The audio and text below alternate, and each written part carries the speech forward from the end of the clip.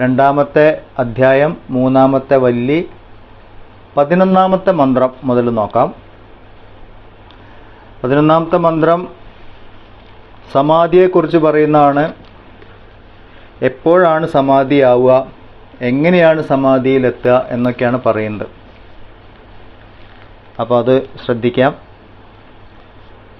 11-ാമത്തെ മന്ത്രം. താം യോഗമിതി മന്യന്തേ സ്ഥിരാമിന്ദ്രിയധാരണാം അപ്രമത്തസ്തദാ ഭവതി യോഗോ ഹി പ്രഭവാപ്യയോ. ഇന്ദ്രിയാദി കരണങ്ങളെ ചലനമില്ലാതെ നിശ്ചലമാക്കി ധരിച്ചുകൊണ്ടിരിക്കുന്ന അവസ്ഥയെ യോഗമെന്നു പറയുന്നു. ആ അവസ്ഥയിലിരിക്കുമ്പോൾ സാധകൻ പ്രമാദമില്ലാത്ത സ്വരൂപാഭിമുഖനായി തീരുന്നു. ഇപ്രകാരമുള്ള യോഗാനുഭൂതിയും പരമപുരുഷാർത്ഥമാകുന്ന കൈവല്യമല്ല, കൈവല്യ സാധനം മാത്രമാണ്. എന്തുകൊണ്ടെന്നാൽ ഈ അവസ്ഥയും ഉൽപ്പത്തി നാശങ്ങളോട് കൂടിയതാണ്. ഇതാണ് മന്ത്രത്തിൻ്റെ അർത്ഥം പറഞ്ഞിരിക്കുന്നത്. ഇതെന്താണ് എന്ന് നമുക്ക് വിശദമായിട്ട് മനസ്സിലാക്കാൻ നോക്കാം. സമാധി എത്തുന്നത് എങ്ങനെ? കരണങ്ങളെ നിശ്ചലമാക്കുമ്പോഴാണ് സമാധിയിലെത്തുക. കരണങ്ങൾ എന്ന് പറയുമ്പോൾ മനസ്സ്, ബുദ്ധി, ഇന്ദ്രിയങ്ങൾ. ഇതിന് ധ്യാന പരിശീലനം. അപ്പോൾ ധ്യാന പരിശീലനം എന്ന് പറഞ്ഞാൽ ഇങ്ങനെ മിണ്ടാതെ ബലം പിടിച്ചിരിക്കൽ മാത്രമല്ല, അതൊക്കെ ഈ അവസ്ഥയിൽ എത്താനുള്ള ശ്രമമാണ്. ഞാൻ ധ്യാനിക്കുകയാണ് എന്നൊക്കെ നമ്മൾ പറയുമെങ്കിലും നമ്മൾ ധ്യാനാവസ്ഥയിൽ എത്താനുള്ള പരിശ്രമമാണത്. അല്ല, ഇപ്പോൾ ഈ ചായ ഉണ്ടാക്കുകയാണ് എന്ന് പറയല്ലോ നമ്മൾ. ഞാൻ ചായ ഉണ്ടാക്കുകയാണ്. ചായ ഉണ്ടാക്കേണ്ട ആവശ്യമില്ലല്ലോ. എന്താണോ ഉണ്ടായത്, ചായയായി മാറിയത്, അതിനെ പിന്നെ വീണ്ടും ഉണ്ടാക്കേണ്ട ആവശ്യമില്ല. അപ്പോൾ ചായ എന്നുള്ളത് അതിൻ്റെ ഒരു പ്രോഡക്റ്റാണ്, ലാസ്റ്റിൽ എൻഡ് റിസൾട്ടാണ്. പക്ഷെ നമ്മൾ ആ പരിശ്രമത്തിന് ചായ ഉണ്ടാക്കുക എന്നാണ് പറയുക. അപ്പം നമ്മൾ അതിൻ്റെ അവസാനം എന്താണെന്ന് കണ്ടുകൊണ്ടാണ് പറയുന്നത്. എന്ന് പറഞ്ഞതുപോലെയാണ് ധ്യാനിക്കുകയാണ് എന്ന് പറയുന്നത്. ധ്യാനം എന്ന അവസ്ഥയിൽ എത്താൻ വേണ്ടിയിട്ടുള്ള പരിശ്രമമാണ് നടക്കുന്നത്. അതിൻ്റെ അവസാനം എത്തിച്ചേരുന്ന അവസ്ഥയാണ് ധ്യാനം. ഇവിടെ ഗുരു പറയുന്നു, ഇന്ദ്രിയങ്ങളെയും മനസ്സിനെയും ബുദ്ധിയെയും നിശ്ചലമാക്കി നിർത്തുമ്പോഴാണ് സമാധി എന്ന അവസ്ഥയിൽ എത്തുന്നത്. അപ്പോൾ സമാധി അവസ്ഥ, അത് ഈ ശ്രമം, അത് നിരന്തരം വേണ്ട ഒന്നാണ്. വല്ലപ്പോഴും ഒരു ടൈം ടേബിൾ വെച്ച് ചെയ്യുന്നതല്ല. നമ്മൾ തുടക്കത്തിൽ അങ്ങനെയൊക്കെ ഉണ്ടാവും, പിന്നെ പതുക്കെ പതുക്കെ അത് സ്ഥിരമാവും, സ്വഭാവമാവും. നമ്മൾ എന്തെല്ലാം ആധ്യാത്മികമായിട്ട് ചെയ്യുന്നു അതെല്ലാം സ്വഭാവമായിട്ട് മാറണം. വളരെ സ്വാഭാവികമായിട്ട് ഇതെല്ലാം സംഭവിക്കണം. അങ്ങനെ സംഭവിക്കണമെങ്കിൽ ഇത് നിത്യപരിശ്രമം വേണം, നിരന്തര പരിശ്രമം വേണം. ഇവിടെ പറയുന്ന ദമം ശമം, ഇന്ദ്രിയങ്ങളെ നിയന്ത്രിച്ച് നിർത്തണമെങ്കിൽ, ഇന്ദ്രിയങ്ങളെയും മനസ്സിനെയും നിയന്ത്രിച്ച് നിർത്തണമെങ്കിൽ ആദ്യം വേണ്ടത് ദമം ശമം, രണ്ട് കാര്യങ്ങളാണ്. ഇന്ദ്രിയ നിയന്ത്രണത്തിനെയാണ് ദമം എന്ന് പറയുന്നത്. മനോനിയന്ത്രണത്തിന് ശമം എന്ന് പറയും. മനസ്സിനെ നിയന്ത്രിച്ചാലേ ഇന്ദ്രിയങ്ങളെ നിയന്ത്രിക്കാൻ പറ്റുള്ളൂ, ഇന്ദ്രിയങ്ങളെ നിയന്ത്രിച്ചാലേ മനസ്സിനെ നിയന്ത്രിക്കാൻ പറ്റുള്ളൂ. അതായത് മനോനിയന്ത്രണം എന്നൊരവസ്ഥയിലേക്ക് നമ്മൾ എത്തണമെങ്കിൽ ഇത് രണ്ടും ഒരുമിച്ച് നടക്കണം, ഇല്ലെങ്കിൽ എത്തില്ല. ഇവിടെ ആദ്യം തന്നെ പറഞ്ഞു, മനസ്സിനെയും ബുദ്ധിയെയും ഒക്കെ നിയന്ത്രിച്ച് നിർത്തണം, നിശ്ചലമാക്കണം. നിശ്ചലാവസ്ഥയിൽ എത്തുക എന്ന് പറഞ്ഞാൽ വിഷയങ്ങളിലേക്ക് ഓടാതിരിക്കണം. അപ്പോൾ മനസ്സിന് സ്വാഭാവികമായിട്ട് വിഷയങ്ങളിലേക്ക് ഓടാനുള്ളൊരു ടെൻഡൻസി ഉണ്ട്, വാസന ഉണ്ട്. അപ്പം നമ്മൾ എന്ത് ചെയ്യണം? പ്രതിലോമ ചിന്ത എന്ന് പറയാം. പ്രതിലോമ ചിന്ത എന്ന് പറഞ്ഞാൽ മനസ്സ് എങ്ങോട്ടാണോ ഓടുന്നത് അവിടെ എത്തിയാലുണ്ടാവുന്ന ദൂഷ്യഫലങ്ങളെക്കുറിച്ചൊക്കെ ഒന്ന് ഓർമ്മിക്കുക. അപ്പോൾ എന്താവും? മനസ്സ് തിരിച്ചു വരാൻ തുടങ്ങും. എഗെയിൻസ്റ്റ്, വിപരീതമായിട്ടുള്ള ചിന്തകളെ കൊണ്ട് അതിനെ നിയന്ത്രിക്കുക. അതാണ് ഏറ്റവും എളുപ്പമുള്ളൊരു മാർഗ്ഗം. ഇല്ലെങ്കിൽ മനസ്സിന് ഓടാനുള്ള സ്ഥലം, നമുക്കൊരു ഇഷ്ടദൈവം ഉണ്ടെങ്കിൽ അങ്ങോട്ട് മനസ്സിനെ അതിലേക്ക് ഒഴുകാൻ അനുവദിക്കുക, ഇല്ല തത്വചിന്തയിലേക്ക് ഒഴുകാൻ അനുവദിക്കുക. എന്തായാലും ഒഴുകുക എന്നുള്ള മനസ്സിൻ്റെ സ്വഭാവമാണ്. അപ്പോൾ ഇങ്ങനെയൊക്കെ ഒഴുകി ഇല്ലെങ്കിൽ പ്രവഹിക്കാൻ തുടങ്ങി പിന്നെ മനസ്സ് ക്രമേണ നിശ്ചലമാവും. നമ്മൾ മാനസപൂജ ചെയ്യുമ്പോഴൊക്കെ സംഭവിക്കുന്നത് പോലെ ഒരു രൂപത്തിൽ മനസ്സിനെ ഉറപ്പിച്ച് നിർത്തി പിന്നെ പതുക്കെ ഒരു ഭാഗത്തത് ഏകാഗ്രമാവാൻ തുടങ്ങും. ചിന്തകളുടെ പ്രവാഹം കുറഞ്ഞു തുടങ്ങും. ചിന്തകളുടെ പ്രവാഹം കുറയുന്നതിനാണ് മനസ്സ് നിശ്ചലമാവുക എന്ന് പറയുന്നത്. ഈ അവസ്ഥയിൽ എത്തുന്ന ആൾക്കാണ് യോഗം എന്ന് പറയുന്നത്. ഇങ്ങനത്തെ അവസ്ഥയ്ക്ക് യോഗം. പക്ഷെ ഇവിടെ പറയുന്ന ഈ യോഗവും ശരിക്കുള്ള കൈവല്യപ്രാപ്തി എന്ന് പറയാം. കേവലം ബ്രഹ്മമായിരിക്കുന്ന അവസ്ഥയ്ക്കാണ് കൈവല്യം എന്ന് പറയാം. സ്വരൂപാവസ്ഥയിൽ പ്രതിഷ്ഠ നേടുക, നിഷ്ഠനായിട്ടിരിക്കുക, ആ അവസ്ഥയിലേക്ക് എത്തുന്നില്ല, അതിൻ്റെ അടുത്ത് വരെ എത്തും എന്ന് പറഞ്ഞാൽ സമാധി അവസ്ഥയിൽ നിന്ന് റിട്ടേൺ ഉണ്ട്. നമ്മൾ തിരിച്ച് സംസാരത്തിലേക്ക് തന്നെ വരാനുള്ള സാധ്യതയുണ്ട്. അഭ്യാസം നിന്നു കഴിഞ്ഞാൽ തിരിച്ച് സംസാരത്തിലേക്ക് വരും എന്ന് പറഞ്ഞാൽ ഈ അവസ്ഥ, ഈ യോഗ അവസ്ഥ ഉണ്ടാവും, നശിക്കും. പക്ഷേ ഇത് ആത്മദർശനത്തിൻ്റെ വളരെ അടുത്താണ്. അപ്പം ഇതിനെ നമ്മൾ യോഗ സാധന നിർത്താതെ മുന്നോട്ട് കൊണ്ടുപോയിട്ട് ലക്ഷ്യത്തിലെത്തുന്നത് വരെ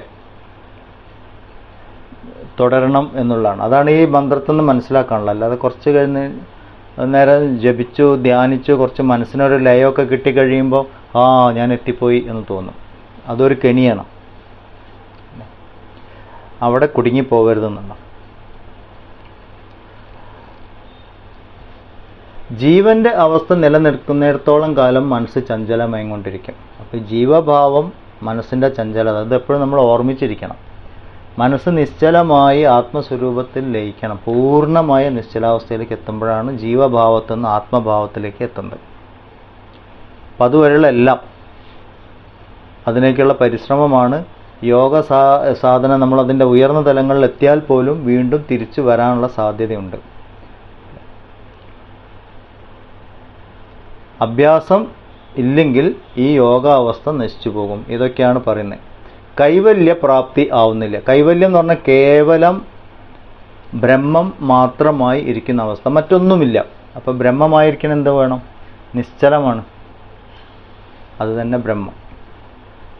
ആ അവസ്ഥയിലേക്ക് എത്തുന്നില്ല, വീണ്ടും മനസ്സ് ചഞ്ചലപ്പെടാൻ തുടങ്ങും എന്ന് പറഞ്ഞു. അതൊരു വാണിംഗ് കൂടിയാണ്, അർത്ഥം മാത്രമല്ല ഒരു വാണിംഗ്. ഈ ഇന്ദ്രിയ നിയന്ത്രണം, മനോനിയന്ത്രണം എന്നുള്ളത് വളരെ പ്രധാനപ്പെട്ട ഒരു കാര്യമാണ്. നമ്മുടെ ഭാരതീയമായ വിദ്യാഭ്യാസ സമ്പ്രദായത്തിൽ ഇതിന് വളരെ പ്രാധാന്യം ഉണ്ടായിരുന്നു. ആത്മനിയന്ത്രണം, ബ്രഹ്മചര്യം എന്നാ പറയാം. അപ്പോൾ പണ്ട് ഗുരുകുല ആശ്രമങ്ങളിലൊക്കെ താമസിക്കുമ്പോൾ ഈ ബ്രഹ്മചര്യം വളരെ നിർബന്ധമാണ്. ബ്രഹ്മചര്യം എന്ന് പറഞ്ഞാൽ ഇന്ദ്രിയ നിയന്ത്രണം, മനോനിയന്ത്രണം തന്നെയാണ് ശീലിക്കുന്നത്. കല്യാണം കഴിക്കാതിരിക്കലല്ല ബ്രഹ്മചര്യം. ഇന്ദ്രിയങ്ങളെ നിയന്ത്രിക്കലും മനോനിയന്ത്രണവുമാണ്. അതിന് ബാക്കിയെല്ലാം സഹായിക്കും. പക്ഷേ ക്രമേണ ഈ പാശ്ചാത്യ വിദ്യാഭ്യാസമൊക്കെ വന്നതോടുകൂടി ആധ്യാത്മികമായിട്ടുള്ള ഈ പരിശീലനങ്ങളൊക്കെ ഇല്ലാണ്ടിയായി. മാർക്ക് വാങ്ങൽ മാത്രമായി ലക്ഷ്യം, ഭൗതികമായ നേട്ടങ്ങൾ മാത്രം വിദ്യാഭ്യാസത്തിൻ്റെ ലക്ഷ്യമായി, ആധ്യാത്മികമായ ഉന്നതി ഇല്ലാതെയായി. അല്ലെ, വിദ്യാഭ്യാസത്തിന് രണ്ട് കാര്യങ്ങളാണ്. ഒന്ന് ഉദ്യോഗം വേണം, വരുമാനം വേണം, അതൊക്കെ ഉണ്ട്. അതോടൊപ്പം ആ വ്യക്തിയുടെ മനുഷ്യൻ എന്ന നിലയിൽ അയാൾ പുരോഗമിക്കേണ്ട ഒരു തലമുണ്ട്. ആ തലത്തിലേക്ക് കൂടി എത്തണം. ഭാരതീയ വിദ്യാഭ്യാസം ഇങ്ങനെയായിരുന്നു. നമുക്കൊരു ഭാരതത്തിൻ്റെ ഒരു ഇന്ത്യൻ എഡ്യൂക്കേഷൻ സിസ്റ്റം ഉണ്ടായിരുന്നു. അതിലെപ്പോഴും ഒരു മനുഷ്യനെ ആധ്യാത്മികമായ പുരോഗതിക്ക് വേണ്ടത് പഠിപ്പിക്കുന്നതോടൊപ്പം ഭൗതികമായി ജീവിക്കാൻ ആവശ്യമുള്ള സാഹചര്യങ്ങൾ, അതിനെ നേരിടാനുള്ള കാര്യങ്ങൾ കൂടി പഠിപ്പിക്കുകയായിരുന്നു. പക്ഷെ ഇപ്പം അങ്ങനെയല്ല. ഇപ്പം പൈസ ഉണ്ടാക്കാനുള്ളത് മാത്രമാണ്. അപ്പോൾ അവിടെ എന്താ എല്ലാവിധ കുറുക്കു വിദ്യകളുണ്ട്, സ്വാർത്ഥതയുണ്ട്. വിദ്യാഭ്യാസം തന്നെ വലിയ ബിസിനസ്സായിട്ട് മാറി. അതുകൊണ്ട് എന്തുണ്ടായി? നമുക്ക് ഈ ആധ്യാത്മികമായിട്ടുള്ള ഒരു തലം നഷ്ടപ്പെട്ടതോടുകൂടി മൂല്യശോഷണം ഉണ്ടായിരുന്നു. നമ്മൾ അധാർമികമായിട്ട് ജീവിക്കാൻ തുടങ്ങി. സമൂഹത്തിലുള്ളവർക്ക് ധാർമ്മിക ബോധം നഷ്ടപ്പെട്ടു, പിന്നെ ആധ്യാത്മിക ബോധം നഷ്ടപ്പെട്ടു, ജ്ഞാനമില്ലാണ്ടായി. അപ്പം അതിൻ്റെ ഫലമായിട്ട് അധാർമികമായിട്ടുള്ള പ്രവൃത്തികളും മൂല്യശോഷണം, ബന്ധങ്ങൾക്ക് വിലയില്ല. ഇങ്ങനെ ഇന്നത്തെ സാഹചര്യം നോക്കിയാൽ അറിയാം.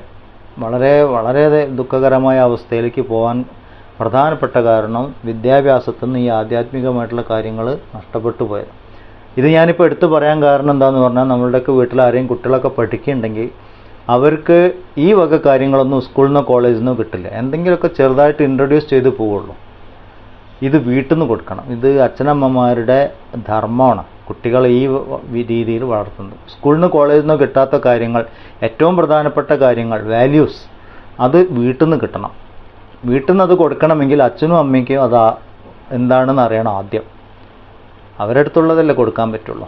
അപ്പോൾ അച്ഛനും അമ്മയ്ക്കും അതൊരു വലിയ ഉത്തരവാദിത്വമാണ്. ഇന്നിപ്പോൾ ഈ ക്ലാസ് ചെയ്യുന്നവർ ഒരു ഏറ്റവും വലിയ സന്തോഷം എന്താ പറഞ്ഞാൽ വളരെ സീരിയസ് ആയിട്ട് ഇത് മനസ്സിലാക്കാൻ ശ്രമിക്കുന്നുണ്ട്, മുടങ്ങാതെ ക്ലാസ്സിൽ വരുന്നുണ്ട്. അതിൻ്റെ അർത്ഥം എന്തൊക്കെയോ ഉള്ളിൽ ആ ഗുണങ്ങളുണ്ട്. ആ ഗുണം അവർക്ക് മാത്രമല്ല, അവരുടെ നെക്സ്റ്റ് തലമുറയ്ക്ക് പകർന്നും കൂടി കൊടുക്കണം. ബുക്ക് പഠിക്കുന്ന പോലെയല്ല, നമ്മളുടെ ജീവിത വൃത്തിയിൽ, മനോഭാവത്തിൽ, നമ്മളുടെ കർമ്മങ്ങളിലൂടെ മറ്റുള്ളവരത് കാണും, ഇങ്ങനെയൊക്കെയാണ് കാര്യങ്ങളെന്ന്. അത് കണ്ടുപഠിക്കും. നമ്മളങ്ങനെ ഒരു റോൾ മോഡലാവുക എന്നാണ് പറയാം. അപ്പോൾ ഈ ആധ്യാത്മികമായുള്ള സാധനങ്ങൾ ഇല്ലെങ്കിൽ സ്വാധ്യായമൊക്കെ നമ്മൾ ചെയ്യുന്നത് നമ്മളുടെ ഉള്ളിലെ ഈ പരിശുദ്ധിയെ ഉണ്ടാക്കിയെടുക്കാനും അത് സമൂഹത്തിന് പ്രയോജനപ്പെടാനും കൂടിയാണ്. ഈ സനാതനധർമ്മം നിലനിന്നാലേ ലോകത്തിന് നിലനിൽപ്പുള്ളൂ. അതാണ്. ബാക്കി എല്ലാ മതങ്ങളും പ്രകൃതിയെ ചൂഷണം ചെയ്യാനുള്ളതെന്നാണ് പറയുന്നത്. മനുഷ്യൻ ആനന്ദിക്കാൻ വേണ്ടിയാണ് പ്രകൃതിയെ സൃഷ്ടിച്ചിരിക്കുന്നത് എന്ന് പറയുന്ന മതങ്ങളും, ഭാരതീയ ദർശനം അനുസരിച്ച് പ്രകൃതിയുടെ ഭാഗമാണ് മനുഷ്യൻ, പ്രകൃതിയെ നശിപ്പിക്കുമ്പോൾ മനുഷ്യൻ്റെ നാശമാണ് വിളിച്ചു വരുത്തുന്നത് എന്ന് പറയുന്ന ഭാരതീയ സംസ്കാരം. അതുകൊണ്ടാണ് നമ്മൾ സൃഷ്ടിയിലൂടെ സൃഷ്ടാവിനെ കാണാൻ പറയുന്നത്. സൃഷ്ടിയും സൃഷ്ടാവും ഭിന്നമല്ല എന്നൊക്കെ പറഞ്ഞ് പഠിപ്പിക്കുന്നത് അതുകൊണ്ടാണ്.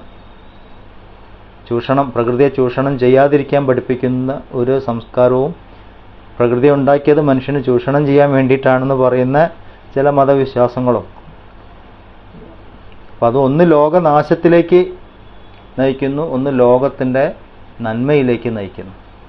അപ്പോൾ ഈ സനാതനധർമ്മം നിലനിൽക്കേണ്ടത് ആവശ്യമാണ്. ഇന്ന് രാഷ്ട്രീയമായിട്ടും മതപരമായിട്ടൊക്കെ ഇതിനെ ഇല്ലാണ്ടാക്കാനുള്ള ശ്രമം നടന്നുകൊണ്ടിരിക്കുമ്പോൾ നമ്മൾ വേണം ഇതിൻ്റെ പ്രാധാന്യം മനസ്സിലാക്കാനും മറ്റുള്ളവർക്ക് പറഞ്ഞു കൊടുക്കാനൊക്കെ. അപ്പോൾ വേണ്ടത് ഈ യോഗാവസ്ഥയിൽ എത്താൻ ശ്രമിക്കുക, അത് നിലനിർത്താൻ ശ്രമിക്കുക എന്നുള്ളതാണ്. ബാക്കിയെല്ലാം നമ്മളുടെ ഉള്ളിൽ അതുണ്ടെങ്കിൽ നമ്മളുടെ കർമ്മങ്ങൾ അത് പ്രതിഫലിക്കും. അത് മറ്റുള്ളവർക്കും കൂടി ഗുണമുണ്ടാക്കും, അവനവന് മാത്രമല്ല മറ്റുള്ളവർക്കും. ഇതൊക്കെയാണ് പറയുന്നത്. 12ാമത്തെ മന്ത്രം നോക്കാം.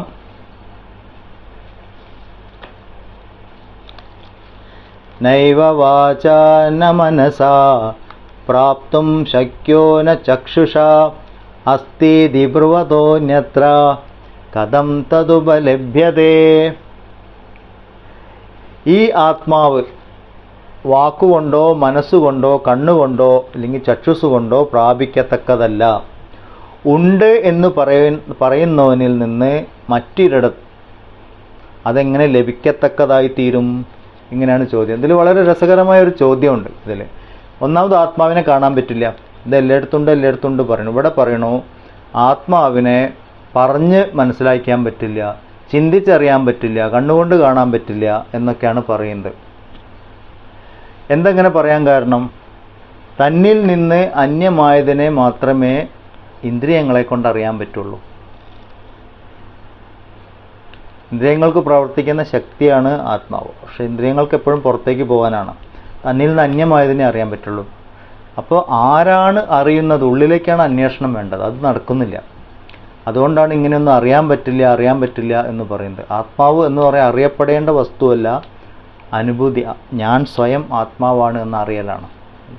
ഞാൻ ഉണ്ട് എന്ന് ഉള്ളത് നമുക്കൊരാൾ പറഞ്ഞു തരേണ്ട ആവശ്യമില്ല, അത് നമ്മളുടെ അനുഭവമാണ് എന്ന് പറഞ്ഞ പോലെ. അതുകൊണ്ട് ഇവിടെ പറയുന്ന ആത്മാവ് ജ്ഞാനേന്ദ്രിയങ്ങളാൽ അറിയപ്പെടുന്നതല്ല. ഇതിനെന്ത് വേണം? ജ്ഞാനചക്ഷുഷു കൊണ്ട് അറിയണം. അറിവിൻ്റെ കണ്ണിലൂടെ വേണം ഇതിനെ അറിയാൻ. ഞാൻ ഇന്നതല്ല, ദേഹമല്ല, മനസ്സല്ല, ബുദ്ധിയല്ല, പ്രാണനല്ല എന്നൊക്കെ അനാത്മാവായതിനെല്ലാം തള്ളിക്കളഞ്ഞാൽ എന്ത് അവസാനിക്കുന്നു? അവസാനം അത് ബ്രഹ്മം, അത് ഞാനാകുന്നു, എന്നിലെ ഉണ്മയാണത്. ഇങ്ങനെ സ്വയം അറിയണം. അപ്പോൾ ഇവിടെ പറയുന്നത് ഉണ്ട് എന്ന് പറയുന്നവനിൽ നിന്ന്, അതായത് ആത്മാവ് ഉണ്ട് എന്ന് ബോധിച്ചവനിൽ നിന്ന്, അറിയുന്നവനിൽ നിന്ന് അതെങ്ങനെ വേറൊരു സ്ഥലത്തേക്ക് പോകും? വേറൊരിടത്ത് എങ്ങനെ അന്വേഷിക്കുക എന്ന് ചോദിച്ചാൽ അത് അവനവനിൽ തന്നെയാണ് അന്വേഷിക്കേണ്ടത്. എന്നിലെ ഉണ്മയാണ് ബ്രഹ്മം, അല്ലെങ്കിൽ ഈശ്വരൻ, സത്യം. ഞാൻ എന്തിനെയാണോ അന്വേഷിക്കുന്നത് അത് എന്നിൽ തന്നെയാണ്, എന്നിലെ ഉണ്മയാണ്. അപ്പം നമ്മളെന്താ പറയുക? ഞാൻ ഉണ്ട് എന്നുള്ള ഉണ്ട്, അല്ലെങ്കിൽ വേറെ എന്താ ഉള്ളത്? വീട് ഉണ്ട്, ജോലി ഉണ്ട്, ഇല്ലെങ്കിൽ ദുഃഖം ഉണ്ട്, സുഖം ഉണ്ട്, എല്ലാം ഉണ്മയുണ്ട്. ഉണ്മയിലാണ് എല്ലാം. ഇനി സുഖം ഇല്ല എന്ന് പറഞ്ഞാൽ ഇല്ലായ്മയുടെ ഉണ്മയാണ് അപ്പോഴും ഉള്ളത്. എക്സിസ്റ്റൻസ് അതെപ്പോഴും ഉണ്ട് എന്നുള്ളതാണ്. ശാസ്ത്രങ്ങളിലൂടെ അറിയാൻ ജ്ഞാനചക്ഷുഷു വേണം എന്ന് പറയാൻ കാരണം അറിവിൻ്റെ വെളിച്ചത്തിലൂടെ അറിയാം. എങ്ങനെയാണ്? ഇതിന് പ്രമാണങ്ങളിലൂടെയൊക്കെയാണ് അറിയാം. അപ്പം നമുക്ക് ഇന്ദ്രിയങ്ങളിലൂടെ അറിയാൻ പറ്റാത്തതിന് പ്രമാണങ്ങളിലൂടെ അറിയാം. അപ്പോൾ ഉദാഹരണം പറയുകയാണെങ്കിൽ ഒരു മരം ഉണ്ട്, നന്നായിട്ട് പടർന്ന് പന്തലിച്ച് നിൽക്കുന്ന ഒരു മരം ഉണ്ടെങ്കിൽ അതിനെ നോക്കിയിട്ട് നമുക്ക് വേര് ഉണ്ട് എന്ന് പറയാം. അതൊരു ലക്ഷണമാണ്. വേരുണ്ടെങ്കിലേ മരം അങ്ങനെ പടർന്ന് പന്തലിച്ച് നിൽക്കുള്ളൂ.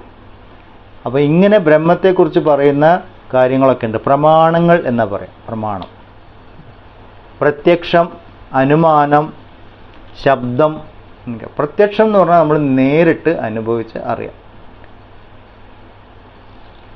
ഇപ്പം ഞാൻ ഊണ് കഴിച്ചു, ഇല്ലെങ്കിൽ ഇന്ന ആൾ ഊണ് കഴിച്ചു എന്നുള്ള ഞാൻ കണ്ടു കഴിഞ്ഞു, എനിക്കിനി വേറെ സംശയമൊന്നുമില്ല. അതാണ് പ്രത്യക്ഷമായിട്ടുള്ള അനുഭവം. അനുമാനം എന്ന് പറഞ്ഞാൽ ഇപ്പോൾ ഈ വേരിൻ്റെ കാര്യം പറഞ്ഞതുപോലെ ഒരു സംഗതി നമ്മൾ കണ്ടു, പക്ഷേ നമ്മൾ അതിൻ്റെ പിന്നിൽ ഇന്നതായിരിക്കാം എന്ന് നമ്മൾ അനുമാനം. ഇപ്പോൾ ഈ വേര് മരം ഇങ്ങനെ പടർന്നു പന്തലിച്ച് നിൽക്കുന്നത് കണ്ടു, അതുകൊണ്ട് വേര് ഉണ്ട് എന്ന് അനുമാനിക്കുന്നു. അത് നമ്മൾ കാണാൻ പറ്റുന്നില്ല, പ്രത്യക്ഷമല്ല, പക്ഷെ അനുമാനമാണ്.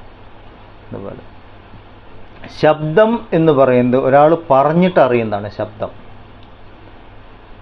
അപ്പോൾ ഈ പ്രത്യക്ഷവും അനുമാനവും ഒക്കെ സൃഷ്ടിയെക്കുറിച്ച് പറയുമ്പം ശബ്ദം എന്ന് പറയുന്നത് ശാസ്ത്രങ്ങളിൽ പറയുന്നത്, വേദങ്ങളിൽ പറയുന്നതും ഗുരുവാക്യങ്ങളുമാണ്. അത് ബ്രഹ്മത്തെക്കുറിച്ച് പറയുന്നു. വേദം ബ്രഹ്മത്തെക്കുറിച്ചാണ് പറയുന്നത്. ശബ്ദപ്രമാണം. ഒന്ന് സൃഷ്ടിയെക്കുറിച്ച് പറയുന്നു, പ്രത്യക്ഷ അനുമാനവും സൃഷ്ടിയെക്കുറിച്ച് സൂചിപ്പിക്കുന്നു. ശബ്ദം ബ്രഹ്മത്തെക്കുറിച്ച് പറയുന്നു. അതുകൊണ്ട് ശബ്ദപ്രമാണം ആയിട്ടാണ് ഇവിടെ പറയുന്നത്. ഈ ഗുരുവാക്യത്തിലും ശാസ്ത്രവാക്യത്തിലും നമുക്ക് അടിയുറച്ച വിശ്വാസം ഉണ്ടായിരിക്കണം എന്നാണ്. ശ്രദ്ധ എന്നാ പറയാം. ശാസ്ത്രത്തിലും ഗുരുവാക്യത്തിലുമുള്ള അടിയുറച്ച വിശ്വാസത്തിന് ശ്രദ്ധയുണ്ടെങ്കിൽ ആത്മജ്ഞാനമുള്ളൂ. ശ്രദ്ധാവാൻ ലഭതേ ജ്ഞാനം, അങ്ങനെയാ പറയാം.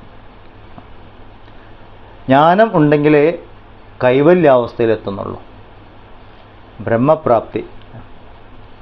ജ്ഞാനേനൈവതു കൈവല്യം, അങ്ങനെ പറയാം. അപ്പോൾ ഇത് ഒന്നിൻ്റെ പിന്നാലെ ഒന്നാണ്. നമ്മൾ തുടക്കം എപ്പോഴും ഓർമ്മിക്കേണ്ട ആത്മനിയന്ത്രണം, ശമം ദമം മുതൽ ഇങ്ങനെ തുടങ്ങി വരണം. ഷഡ്സമ്പത്തി ഉണ്ടാക്കണം. അതിൽ നിന്നാണ് ബാക്കിയെല്ലാം വളരെ സ്വാഭാവികമായിട്ട് വന്നു ചേരുന്ന വിധത്തിൽ ആ സാധനകൾ പുരോഗമിക്കണം. അപ്പോൾ ഈ ശ്രദ്ധ എന്ന് പറഞ്ഞപ്പോൾ ഗുരു ഒരു കാര്യം ഉപദേശിച്ചു, അതിൽ യാതൊരു സംശയമില്ല, അത് അതേപടി അത് അങ്ങനെ തന്നെ എന്നാണ്ട് വിശ്വസിച്ചു. അതാണ് ഒരു ഗുരു ശിഷ്യ ബന്ധത്തിൻ്റെ ഏറ്റവും വലിയ പ്രത്യേകത. ഇപ്പം നമ്മൾ നിങ്ങളെൻ്റെ ഗുരുവാണെന്നൊക്കെ ഒരാൾ പറയും, എന്നിട്ട് അയാൾ പറയുന്നതിന് നമുക്ക് സംശയമാണ്. നമ്മൾ വേറൊരിടത്ത് പോയിട്ട് ചോദിക്കും, അങ്ങോട്ട് ഇങ്ങനെയൊക്കെ പറയേണ്ടത് ശരിയാണോ എന്ന് ചോദിക്കുമ്പം ഗുരു ശിഷ്യ ബന്ധത്തിൽ അവിടെ വിള്ളലുണ്ട്, സമർപ്പണം ഉണ്ടായിട്ടില്ല. അപ്പോൾ അത് ആ ശിഷ്യബന്ധങ്ങളൊക്കെ കാണിക്കലാണ്, പുറത്തേക്കുള്ള എന്താ പറയുക ഷോ. നമ്മൾ സ്വയം അവലോകനം ചെയ്ത് നോക്കുക ചെയ്യണം. നമ്മളുടെ ഗുരുവിനെ നമ്മൾ എത്രത്തോളം സമർപ്പണ ബുദ്ധിയോടുകൂടി ആ ബന്ധം നിലനിർത്തുന്നുണ്ട്. അല്ലെങ്കിൽ ഞാൻ എത്തിച്ചേരേണ്ട തലം ഗുരുവിൻ്റെ തലമാണ്, അത്ര ആ ഭാവത്തിൽ നമ്മൾ ഗുരുവിനെ ആശ്രയിക്കുന്നുണ്ടോ എന്നൊക്കെ നമ്മൾ സ്വയം വിശകലനം ചെയ്യണം. പുറത്തേക്കൊന്നും നമുക്ക് അറിയാൻ പറ്റില്ല. അത് ഓരോരുത്തരുടെ ഉള്ളിൽ നടക്കുന്ന കാര്യം അവർക്ക് മാത്രമേ അറിയുള്ളൂ. അപ്പോൾ അവർ സ്വയം വിശദീകരിച്ച് വിശകലനം ചെയ്ത് ഒക്കെ നോക്കിയിട്ട് ഞാൻ എവിടേക്കാണോ കറക്റ്റ് ചെയ്യാനുള്ള അങ്ങനെ കറക്റ്റ് ചെയ്ത് പോകണം. ഏറ്റവും നല്ല ഉദാഹരണം നചികേതസും യമനും തന്നെയാണ്.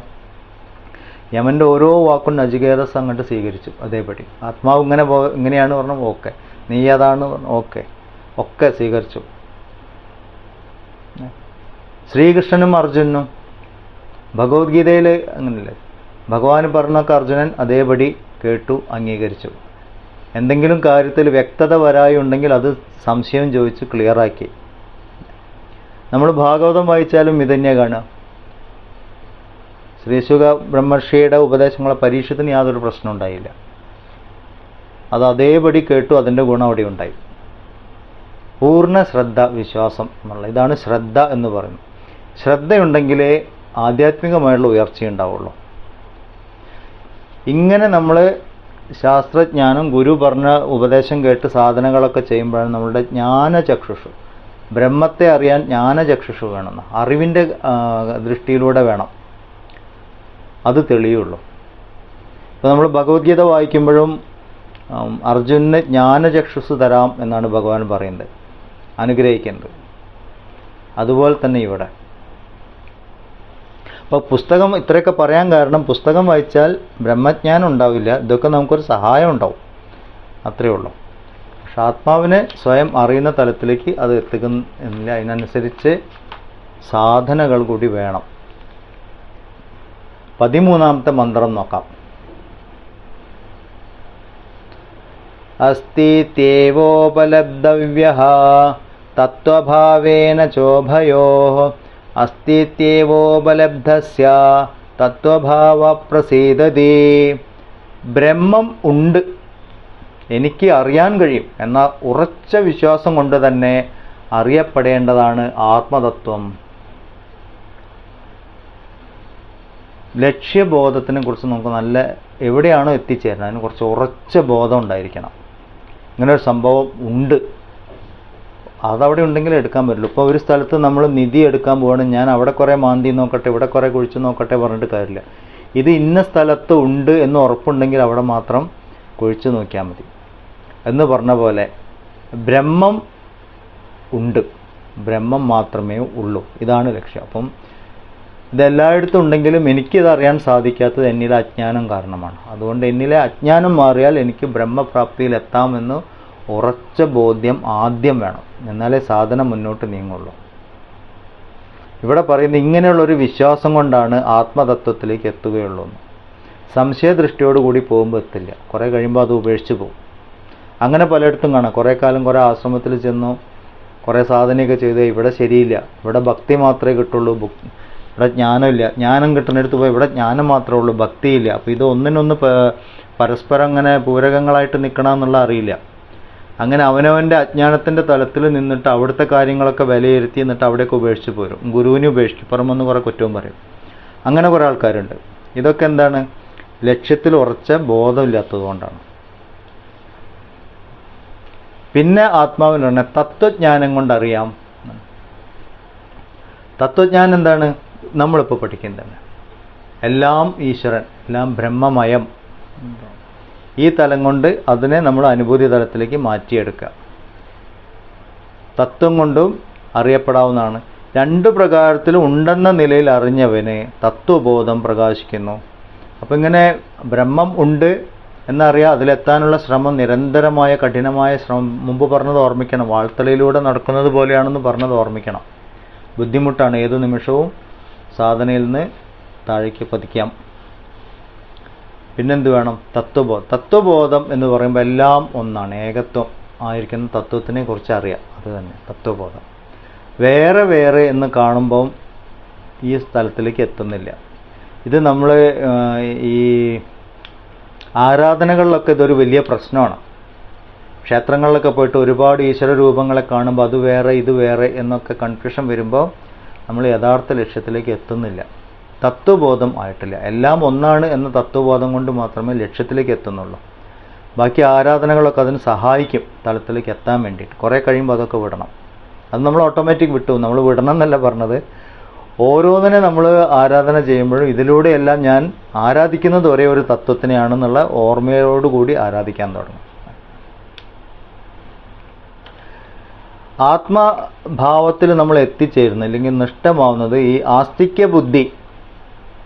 ആസ്തിക്യ ബുദ്ധി എന്ന് പറഞ്ഞാൽ വേദങ്ങൾ പറയുന്ന തത്വങ്ങളിൽ ഉറച്ച വിശ്വാസം, ഓങ്കാരം അല്ലെങ്കിൽ ബ്രഹ്മത്തിലുള്ള വിശ്വാസം, പരിപൂർണമായ വിശ്വാസം, തത്വബോധം, ഇതിൻ്റെയൊക്കെ പൂർണ്ണതയിലാണ് എത്തിച്ചേരുന്നത്. ആത്മസാക്ഷാത്കാരം വേണമെങ്കിൽ ഇത് മൂന്നാണ് ആദ്യം വേണ്ടത്: ആസ്തിക്യ ബുദ്ധി, വിശ്വാസം, തത്വബോധം. ഈ തത്വബോധത്തിന് ഓർമ്മിക്കാൻ നമുക്ക് ഓങ്കാരം എന്നൊരു പ്രതീകം പറഞ്ഞു തന്നിരിക്കുന്നു. ഓം നിർഗുണ നിരാകാരത്തെക്കുറിച്ചും സഗുണ സാകാരത്തെക്കുറിച്ചും ഓർമ്മിപ്പിക്കുന്നതാണ് ഓങ്കാരം, അല്ലേ? ഓം നമ്മൾ എപ്പോഴും ഓർമ്മിക്കുക, ഈ ഓം എന്നുള്ളൊരു അക്ഷരം കാണുമ്പോൾ അതിൻ്റെ അവസ്ഥാത്രയങ്ങളെക്കുറിച്ച് ഓർമ്മിക്കുക. ജാഗ്രത സ്വപ്ന സുഷുപ്തി അവസ്ഥകളെ സൂചിപ്പിക്കുന്ന ആ, ഊ, മ, പിന്നെ നാദം, ചന്ദ്രക്കല, കുത്ത്, ബിന്ദു എന്ന് പറയും. അപ്പം ഇത് ഓം, ഇതിലെല്ലാം ഉണ്ട്, ഇതാണെല്ലാം. ആ ഓർമ്മയിൽ ആ തത്വത്തിനെ ഓർമ്മിക്കാം. അല്ലെങ്കിൽ വെറുതെ ഇങ്ങനെ കുറേ ഓം എന്ന് പറയുന്നതല്ല ഓങ്കാരോപാസന. ഈ തത്വത്തിലൂടെ ഈ കാണുന്ന സൃഷ്ടി ആയിട്ട് കാണപ്പെടുന്ന അവസ്ഥാത്രയങ്ങളും അതിനാധാരമായിരിക്കുന്ന തുരീയാവസ്ഥയും കുറിച്ചിട്ട് ഓർമ്മിക്കാം. അതാണ് ഓങ്കാരോപാസന. ഇങ്ങനെ ഓങ്കാരോപാസനയിലൂടെ നമ്മൾ ഈ തത്വം, ആത്മതത്വത്തിലേക്ക് എത്തുന്നത്. എന്ന് പറഞ്ഞാൽ അവസ്ഥാത്രയങ്ങൾക്ക് സാക്ഷിയായിരിക്കുന്ന ഞാൻ എന്നത് നമ്മൾ എപ്പോഴും ഓർമ്മിക്കണം. ഞാൻ എന്ന് പറയുമ്പം അഹങ്കാരത്തോടു കൂടിയുള്ള ഞാനല്ല, അഹങ്കാരത്തെയും പ്രകാശിപ്പിക്കുന്ന ഞാൻ, എന്നിലെ ഉണ്മ, ഞാൻ ഉണ്ട്.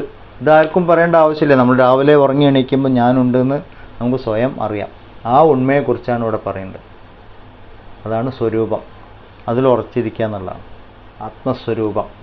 നമ്മൾ ഉറങ്ങിക്കിടക്കുമ്പോൾ സുഷുപ്തി അവസ്ഥയിലും നമ്മളുടെ അനുഭവങ്ങളൊക്കെ കണ്ടത് ആരായിരുന്നു അതിന് സാക്ഷി? അങ്ങനെ ആലോചിക്കാം നമ്മൾ.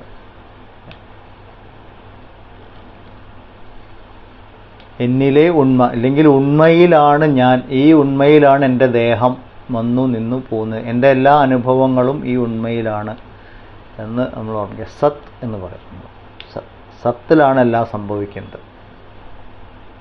ഇതൊക്കെ ഇങ്ങനെ ആലോചിച്ച് തത്വബോധത്തിലേക്ക് ഉയരണം. അതാണ് ശാസ്ത്രം പറയുന്നത്. നമ്മുടെ എല്ലാ അനുഭവങ്ങളെയും നോക്കിക്കഴിഞ്ഞാൽ ദേശം, കാലം, വസ്തു ഇങ്ങനെ വളരെ ലിമിറ്റുകളുള്ളതാണ്, പരിമിതികളുള്ളതാണ്. നാമവും രൂപവും ചേർന്ന ഇതെല്ലാം അസത്താണ്. ഇതൊന്നും ബ്രഹ്മമല്ല. അപ്പം നമ്മളിങ്ങനെയൊക്കെ കാണുന്നു, ഓരോന്നും കാണുമ്പോഴും അനുഭവിക്കുമ്പോഴും ഇതൊക്കെ ബ്രഹ്മത്തിലുള്ളതാണ്, ബ്രഹ്മത്തിൻ്റെ പ്രകടനമാണ്. എല്ലാത്തിനും ഒരു അടിസ്ഥാനം ബ്രഹ്മമാണ്, ആശ്രയസ്ഥാനം ബ്രഹ്മമാണ്. അപ്പോൾ ഓരോ അനുഭവവും വസ്തുവും ആളിനൊക്കെ കാണുമ്പോൾ നമുക്ക് അതിൻ്റെ ആശ്രയസ്ഥാനം ഓർമ്മ വരണം, ആത്മാവ്. സ്ക്രീനിൽ ചിത്രം കാണുന്ന പോലെ നമ്മളിപ്പോൾ ഒരു സിനിമ കാണാൻ പോകും, സിനിമ സ്ക്രീനിലെല്ലാം കാണുന്നുണ്ട്. പക്ഷെ അത് ആ ചിത്രങ്ങൾ വന്നു പോയിക്കൊണ്ടിരിക്കുമ്പോൾ നമ്മളൊന്നും അറിയുന്നില്ല, സ്ക്രീനിനെ കുറിച്ച് നമ്മൾ അറിയുന്നേ ഇല്ല. പക്ഷെ സ്ക്രീൻ എപ്പോഴും ഉണ്ട് എന്ന് പറഞ്ഞതുപോലെ ആത്മാവിലാണ് എല്ലാം സംഭവിക്കുന്നത് എന്നറിയണം. അങ്ങനെയാണ് തത്വബോധത്തിലേക്ക് ഉയരുക. ഇങ്ങനെ തത്വബോധത്തിലേക്ക് ഉയരുമ്പോൾ ഓരോ അനുഭവത്തിൻ്റെയും അടിസ്ഥാനം എന്താണെന്ന് അന്വേഷിച്ച് തത്വബോധത്തിലേക്ക് ഉയരുമ്പോഴാണ് ആത്മജ്ഞാനം എന്ന തലത്തിലേക്ക്, ആത്മസാക്ഷാത്കാരം എന്ന തലത്തിലേക്ക് നമ്മൾ എത്തുന്നുള്ളൂ. ഇതാണ് ഈ മന്ത്രത്തിൽ നിന്ന് മനസ്സിലാക്കാനുള്ളത്. അപ്പോൾ ഇത് നമുക്ക് കേൾക്കുമ്പോഴൊക്കെ വളരെ എളുപ്പമായിട്ട് തോന്നും. ഇത്രയൊക്കെ പറഞ്ഞത് നമുക്ക് ഒരു കാര്യം മനസ്സിലാക്കാം, പുസ്തകം പഠിച്ചത് കൊണ്ടോ ബൈഹാർട്ട് പഠിച്ചത് കൊണ്ടോ ഒന്നും അല്ല കാര്യം. കാര്യം അവനവൻ്റെ സ്വരൂപം അറിയാമെന്നുള്ളതാണ്. പുസ്തകത്തിലുള്ള അറിയാമെന്നല്ല, അവനവൻ്റെ സ്വരൂപം അറിയാം. പുസ്തകത്തിലുള്ള കാര്യങ്ങൾ നമുക്ക് സഹായകമാണ്, മാർഗദർശകങ്ങളാണ്. അങ്ങനെ വഴി കാണിച്ചു തരും. ഇത്രേ ഉള്ളൂ. 14ാമത്തെയും 15ാമത്തെയും മന്ത്രം ഒരുമിച്ച് നോക്കാം. യഥാ സർവേ പ്രമുച്യന്തേ കാമായേസ്യ ഹൃദി ശ്രിതാഃ അധമർത്യോ അമൃതോ ഭവതി അത്ര ബ്രഹ്മ സമശ്നുതേ. 15ാമത്തെ മന്ത്രം യഥാ സർവേ പ്രവിദ്യന്തേ ഹൃദയസ്യേഹ ഗ്രന്ഥയഃ അധമർത്യോ അമൃതോ ഭവതി ഏതാവദ്യനുശാസനം. 14ാമത്തെ മന്ത്രത്തിൽ പറയുന്നു, സാധകന്റെ ഹൃദയത്തിൽ പറ്റിക്കിടക്കുന്ന എല്ലാ ആഗ്രഹങ്ങളും എപ്പോൾ നശിക്കുന്നുവോ അപ്പോൾ മർത്യനായ അവൻ അമൃതസ്വരൂപനായിത്തീരുന്നു. മർത്യൻ എന്ന് പറഞ്ഞാൽ മരണ സ്വഭാവമുള്ളവൻ. നമ്മളെല്ലാവരും മർത്യന്മാർ എന്നാണ്. മൃതി ഉള്ളവരാണ് മർത്യർ. അമൃതത്വം എന്ന് പറഞ്ഞാൽ മൃതി ഇല്ലാത്ത അവസ്ഥ, ആത്മാവിൻ്റെ അവസ്ഥ. ദേഹത്തിൻ്റെ അവസ്ഥയെല്ലാം മർത്യൻ്റെ അവസ്ഥയാണ്. ദേഹബോധത്തിലിരിക്കുന്നവരെല്ലാം മർത്യന്മാർ. ആത്മബോധത്തിലിരിക്കുന്നവർക്ക് അമൃതസ്വരൂപന്മാർ, മരണമില്ലാത്തവർ. നമ്മൾ ദേഹത്തിനോട് ഒട്ടിക്കഴിഞ്ഞാൽ ദേഹം മരിക്കുമ്പോൾ ഞാൻ മരിക്കണു എന്ന് പറയും. ദേഹം എന്നുള്ളത് പോലും ഈ ഉണ്മയിൽ വന്നു നിന്നു പോകാനുള്ളതാണ്. ഇതാണ് ഇതുവരെ പറഞ്ഞിരിക്കുന്ന കാര്യങ്ങളൊക്കെ. അജ്ഞാനത്തിൻ്റെ തലത്തിൽ തോന്നുന്നതാണ് ജനിമൃതികൾ എന്ന് നചികേതസിന് ഓൾറെഡി ഉപദേശിച്ചു കഴിഞ്ഞു. അപ്പോൾ നമ്മളത് ഓർമ്മിക്കണം എപ്പോഴും. ജീവിച്ചിരിക്കുമ്പം തന്നെ ജീവൻ മുക്താവസ്ഥ കിട്ടും. ഇതിനെക്കുറിച്ചാണ് ഇവിടെ പറയുന്നത്. എപ്പോൾ ഹൃദയത്തിലിരിക്കുന്ന എല്ലാ കാമങ്ങളും ഇല്ലാതാവുന്നുവോ അപ്പോൾ ജീവൻ മുക്താവസ്ഥയിലെത്തുന്നതാണ്. സംസാരത്തിലിരിക്കെ തന്നെ സംസാരത്താൽ ബാധിക്കാതെ പോവുക. എന്തെല്ലാം നമ്മളെ ബന്ധിച്ചിരിക്കുന്നുവോ അതിൽ നിന്നെല്ലാം മുക്തമായിട്ടിരിക്കുക. അതാണ് ജീവൻ മുക്താവസ്ഥ. അത് മരിച്ചാൽ കിട്ടുന്നതല്ല, ജീവിച്ചിരിക്കുമ്പോൾ എത്തിച്ചേരേണ്ട തലമാണ്. അപ്പോൾ ജീവഭാവം വിട്ട്, ജീവഭാവം ഉള്ളിടത്തോളം കാലം സംസാരാനുഭവം ഉണ്ടാവും. ഇത് നമ്മൾ മുമ്പ് പഠിച്ചത് ഓർമ്മിക്കണം എപ്പോഴും. അപ്പോൾ സംസാരാനുഭവത്തിൽ നിന്ന് മാറുക എന്ന് പറഞ്ഞാൽ ജീവഭാവത്തിൽ നിന്ന് മാറുക, ആത്മഭാവത്തിലെത്തുക എന്നുള്ളതാണ്. അതെപ്പോഴാണ്? എല്ലാ കാമങ്ങളും ഇല്ലാണ്ടാവുമ്പോൾ. എല്ലാ കാമങ്ങളും എപ്പോഴും ഇല്ലാണ്ടാവും? കർമ്മവാസനകൾ ഉള്ളിടത്തോളം കാലം കാമങ്ങളുണ്ടാവും. അപ്പോൾ കാമങ്ങൾ എപ്പോഴും ഇല്ലാണ്ടാവും എന്ന് ചോദിച്ചാൽ കർമ്മവാസനകൾ പൂർണ്ണമായി ഇല്ലാതെയാവുമ്പോൾ. കർമ്മവാസനകൾ ഉള്ളിടത്തോളം കാലം നമുക്ക് സംസാര അനുഭവം ഉണ്ടാവും. ഓരോ അനുഭവ മണ്ഡലത്തിൽ ഓരോ കർമ്മം ചെയ്യാൻ പ്രേരിപ്പിക്കും. അപ്പോൾ അത് വീണ്ടും കർമ്മവാസനകൾ ഉണ്ടാവും. ഇതാണ് ഒരു വലിയ പ്രശ്നം. കർമ്മം ചെയ്താൽ പ്രശ്നമാണ്, കർമ്മം ചെയ്യാതെ തൊട്ട് രക്ഷപ്പെടാനും പറ്റില്ല. അപ്പോൾ ഈ ഒരു ട്രിക്ക്, കർമ്മം ചെയ്തുകൊണ്ട് കർമ്മത്തെ നശിപ്പിക്കുന്ന ഒരു ട്രിക്ക്, അതാണ് ആ ഒരു ഉപായം അല്ലെങ്കിൽ കൗശലം. അതാണ് ഭഗവത്ഗീതയിൽ പഠിപ്പിച്ചിരുന്നത് ഭഗവാൻ. കർമ്മയോഗം എന്ന് പറയാം. ജീവിതത്തിലൂടെ ജീവിച്ചുകൊണ്ട് ജീവൻ മുക്താവസ്ഥയിലെത്തുക, കർമ്മയോഗം. അപ്പോൾ കർമ്മയോഗത്തിലൂടെ കർമ്മവാസനകളെ നശിപ്പിക്കുക, ചിത്തശുദ്ധി നേടുക, ആത്മസാക്ഷാത്കാരത്തിലേക്ക് എത്തുക. അപ്പോൾ ഈ കാമങ്ങളെ നശിപ്പിക്കുക എന്നുള്ളത്, നമ്മളിപ്പോൾ ഈ സ്വാധ്യായം ചെയ്യുന്നതൊക്കെ ഇതാണ് ലക്ഷ്യം. അവനവൻ്റെ ഉള്ളിനെ ശുദ്ധീകരിക്കുക എന്നുള്ളതാണ്. ഓരോ വാസനകളും മനസ്സിൽ ഉയർന്നു വരുമ്പോൾ, ഇല്ലെങ്കിൽ നമ്മൾ വേണമെങ്കിലും വേണ്ടെങ്കിലും ഓരോന്ന് ചിന്തിച്ച് കൂട്ടുമ്പോഴൊക്കെ നമ്മൾ ഓർമ്മിക്കണം, എൻ്റെ മനസ്സിലെ ഓരോ സങ്കല്പങ്ങളും ഭാവിയിൽ എനിക്ക് അനുഭവമായിട്ട് അനുഭവപ്പെടാനുള്ളതാണ്. അതുകൊണ്ട് സങ്കല്പങ്ങളില്ലാത്തൊരു തലത്തിലേക്ക് നിൽക്കുക. ഇല്ലെങ്കിൽ ശുദ്ധ സങ്കല്പങ്ങൾ, നമ്മളെ നന്നാക്കുന്ന സങ്കല്പങ്ങളായിട്ടിരിക്കുക. അങ്ങനെയൊക്കെ പറ്റുള്ളൂ. കാരണം ഇത് ഈ കാമങ്ങൾ ഉത്ഭവിക്കുന്നത് നമ്മളുടെ കയ്യിലല്ല, അത് കർമ്മവാസനകൾക്കനുസരിച്ച് വരും. നല്ലതും ചീത്തയെല്ലാം ഉണ്ടാവും അതിനെ ഫിൽട്ടർ ചെയ്യണം. വിവേകബുദ്ധിയോടുകൂടി നോക്കി വേണ്ടതിനെ സ്വീകരിക്കുക, വേണ്ടാത്തതിനെ ഒഴിവാക്കുക. വേണ്ടതിനെ സ്വീകരിച്ച് കർമ്മങ്ങളാക്കി മാറ്റുമ്പോൾ അഹങ്കാരമില്ലാതെ അതിനെ കർമ്മയോഗമാക്കി മാറ്റാം. അങ്ങനെ ഇതിനെ നശിപ്പിക്കാൻ പറ്റുള്ളൂ. കർമ്മവാസനകളെ ഇല്ലാണ്ടാക്കാൻ പറ്റുള്ളൂ. അപ്പോൾ മാത്രമേ ജീവൻ മുക്താവസ്ഥ എന്ന തലത്തിലേക്ക് നമ്മൾ എത്തുന്നുള്ളൂ. കൈവല്യപ്രാപ്തി എന്ന് പറയാം. കേവലം ബ്രഹ്മം ആയിരിക്കുന്ന അവസ്ഥ, മറ്റൊന്നുമില്ല. ഈ കൈവല്യത്തിനെയാണ് പുരാണങ്ങളിൽ കൈലാസം എന്ന് പറയുന്നത്. കാരണം കൈലാസം എന്ന് പറഞ്ഞ ഒരു പർവ്വതത്തിൻ്റെ മുകളിൽ അങ്ങനെ ശിവൻ കയറിയിരിക്കണു എന്ന് വിചാരിക്കേണ്ട. അതൊക്കെ പുരാണത്തിൽ അങ്ങനെ പറഞ്ഞു തരുന്ന ഈ കൈവല്യാവസ്ഥയിലിരിക്കുന്ന ശിവഭാവം തന്നെയാണ്. എല്ലാം മംഗളമായിരിക്കുന്ന ശിവം എന്ന് പറയുന്നത്. കൈവല്യാവസ്ഥയിൽ എല്ലാം മംഗളമായിട്ട് ഇരിക്കുകയുള്ളൂ. അപ്പോൾ കൈലാസത്തിൽ ശിവൻ ഉണ്ട് എന്നുള്ളത് പുരാണത്തിൽ കഥാരൂപത്തിൽ നമുക്ക് പറഞ്ഞു തന്നു. ഇതാണ് പറഞ്ഞിരിക്കുന്നത്, കൈവല്യാവസ്ഥയിൽ എത്തണം എന്നുള്ളത്. 15ാമത്തെ മന്ത്രത്തിൽ പറയുന്നു, ഹൃദയത്തിൽ ഘനീഭവിച്ചിരിക്കുന്ന അല്ലെങ്കിൽ ഇതുവരെ കെട്ടിക്കിടക്കുന്ന വാസനകളെ മുഴുവൻ ഇല്ലാണ്ടാക്കണം. അത് എപ്പോൾ ഇല്ലാണ്ടാവുന്നുവോ അപ്പോൾ മനുഷ്യൻ അമൃതസ്വരൂപനായിത്തീരും. ഇവിടെ ഹൃദയഗ്രന്ഥി എന്നൊരു വാക്ക് പറയുന്നുണ്ട്. ഹൃദയഗ്രന്ഥി, ഗ്രന്ഥി എന്ന് പറഞ്ഞാൽ ബന്ധനം എന്നാണ്. നമ്മൾ ഈ തൈറോയിഡ് ഒക്കെ ശരീരത്തില്ല, അതുപോലത്തെ ഗ്രന്ഥിയല്ല ഇത്. നമ്മളെ ബന്ധിച്ചിരിക്കുന്ന എന്താണ്, നമ്മളുടെ മുന്നോട്ടുള്ള യാത്രയെ തടസ്സപ്പെടുത്തുന്ന എന്താണ്, അതൊക്കെ ഗ്രന്ഥികളാണ്. ഇവിടെ പറഞ്ഞ എപ്പോഴാണോ ഹൃദയഗ്രന്ഥി നശിക്കുന്നത് അപ്പോൾ കൈവല്യപ്രാപ്തി ഉണ്ടാവും. ഹൃദയഗ്രന്ഥി എന്ന് പറയും നമ്മളുടെ ഘനീഭവിച്ചിരിക്കുന്ന കർമ്മവാസനകളെല്ലാം. ഇതാണ് നമ്മളുടെ അവിദ്യ. അത് നമ്മളുടെ ആഗ്രഹങ്ങളുണ്ടാക്കും. കാമം, ആഗ്രഹങ്ങൾ നമ്മളെ കർമ്മം ചെയ്യാൻ പ്രേരിപ്പിക്കും, കർമ്മം. അപ്പോൾ അവിദ്യ, കാമം, കർമ്മം, ഇത് മൂന്നും കൂടി ചേരുമ്പം ഹൃദയഗ്രന്ഥി. ഇത് നമ്മളെങ്ങനെ അറിയും? നമ്മൾ അഹങ്കാര രൂപത്തിൽ അതിനെ അറിയും. ഇതൊക്കെ പ്രവർത്തിക്കുന്ന അഹങ്കാരം ഉണ്ടെങ്കിലോ. നമ്മളുടെ ഇഷ്ടാനിഷ്ടങ്ങളുണ്ടാവും, രാഗദ്വേഷങ്ങളുണ്ടാവും. നമ്മൾ അവനവനെ ആലോചിച്ചാൽ അറിയാം. ഈ ഒരു 3 കാര്യത്തിലാണ് ജീവിതം മുഴുവൻ കുടുങ്ങിക്കിടക്കുന്നത്. ഹൃദയഗ്രന്ഥി, ഹൃദയഗ്രന്ഥി എങ്ങനെ ധ്യാനത്തിലൂടെ മാറ്റണം എന്നുള്ളത്. ധ്യാനത്തിലൂടെ മാറ്റുന്നതിന് ത്രിപുടി എന്നാണ്. ജ്ഞാനം, ജ്ഞേയം, ജ്ഞാതാവ്.